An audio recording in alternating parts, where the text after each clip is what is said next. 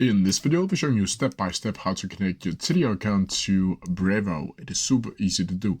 So the first thing you need to do is open up Tidio like you usually would. And then from here, you'll need to go over to the panel account. From here, it should look something like this. And here you can see all of your information that you have previously worked on. From here, you'll need to go over to the left-hand menu and go over to where it says integrations over here. From here, it should look something like this. And here you can go down and scroll until you'll see Brevo right here. Here you can see you can connect Tidio with Brevo and automatically add new subscribers to your mailing list in Brevo. And then you need to click Learn More, and then this page will be popping up.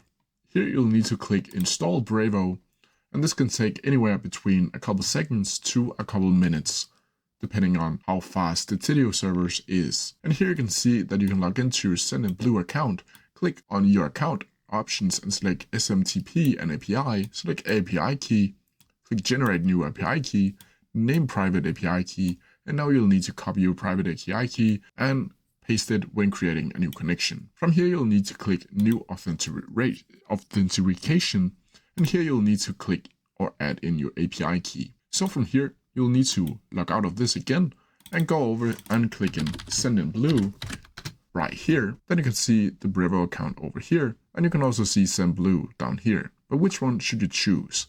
This really doesn't matter. You can just click Brevo up here and then go in and log into your account. From here, it should look something like this. And here you'll need to go up to this settings tab up here, and then you need to scroll down to where it says API and SMTP right here. From here, you'll need to click generate a new SMTP key up here, and then you can name it however you want to. You can name it Tidio so you can better see it. Click generate, and here you'll see your SMTP key right here. From here, you can copy it, click OK, and then go over to Tidio panel again, click authentication, and down here in API key, you can click right here, and then click create like so.